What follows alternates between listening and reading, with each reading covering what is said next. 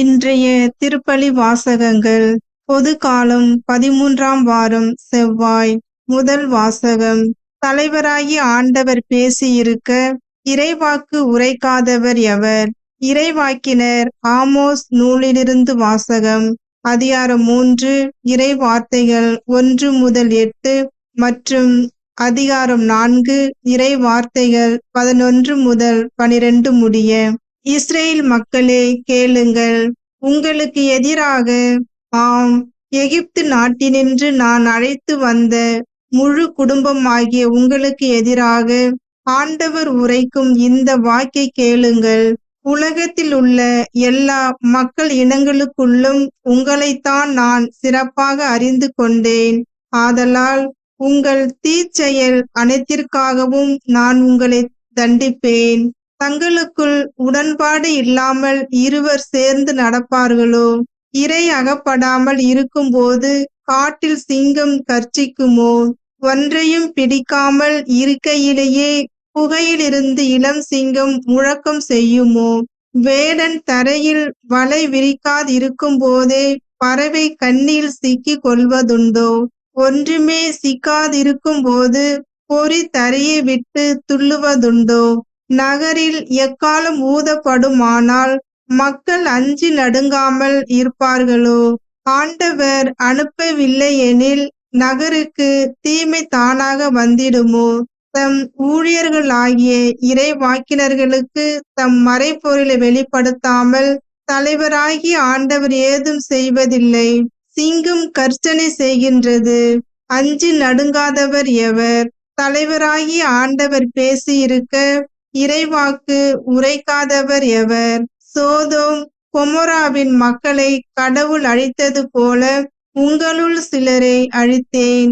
நீங்களோ நெருப்பிலிருந்து இழுக்கப்பட்ட கொல்லி கட்டை போல் ஆனீர்கள். ஆயினும் நீங்கள் என் பக்கம் திரும்பவில்லை என்கிறார் ஆண்டவர். ஆகையால் இஸ்ரேலே, உனக்கும் இவ்வாறே செய்வேன். இஸ்ரேலே, இப்படி நான் செய்ய போவதால் உன் கடவுளை சந்திக்க தயாராயிரு. ஆண்டவரின் அருள்வாக்கு. இறைவனுக்கு நன்றி. பதிலுரை பாடல். திருப்பாடல் 5. இறை வசனங்கள் 4 முதல் 5, 6 மற்றும் 7. பல்லவி. ஆண்டவரே, உமது நீதியின் பாதையில் என்னை நடத்தும். நீர் பொல்லாங்கை பார்த்து மகிழும் இறைவன் இல்லை. உமது முன்னிலையில் தீமைக்கு இடமில்லை. ஆணவமிக்கோர் உமது கண்முன் நிற்க மாட்டார். தீங்கிழைக்கும் அனைவரையும் நீர் வெறுக்கின்றீர். பல்லவி. ஆண்டவரே, உமது நீதியின் பாதையில் என்னை நடத்தும். பொய் பேசுவோரை நீர் அழித்து விடுவீர். கொலை வெறியரையும் வஞ்சகரையும் அருவருக்கின்றீர்.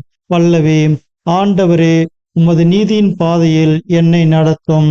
நானோ உம் பேரருளால் உமது இல்லம் சென்றிடுவேன். உம் திரு தூயகத்தை நோக்கி இறையச்சத்துடன் உம்மை பணிந்திடுவேன். பல்லவி. ஆண்டவரே, உமது நீதியின் பாதையில் என்னை நடத்தும். நற்செய்திக்கு முன் வாழ்த்தொலி. அல்லேலூயா, அல்லேலூயா.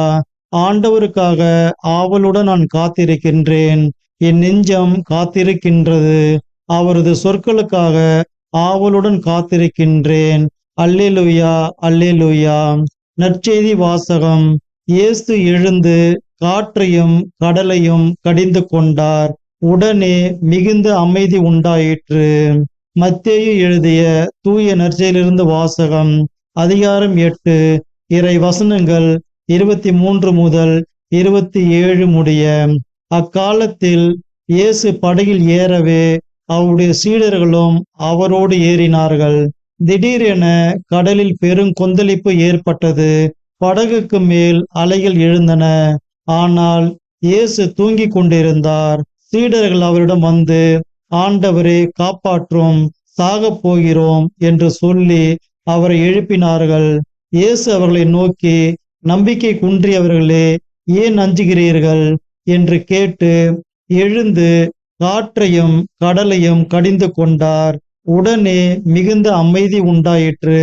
மக்கள் எல்லாரும் காற்றும் கடலும் இவருக்கு கீழ்ப்படுகின்றனவே, இவர் எத்தகையவரோ என்று வியந்தனர். ஆண்டவரின் அருள்வாக்கு. கிறிஸ்துவே, உமக்கு புகழ்.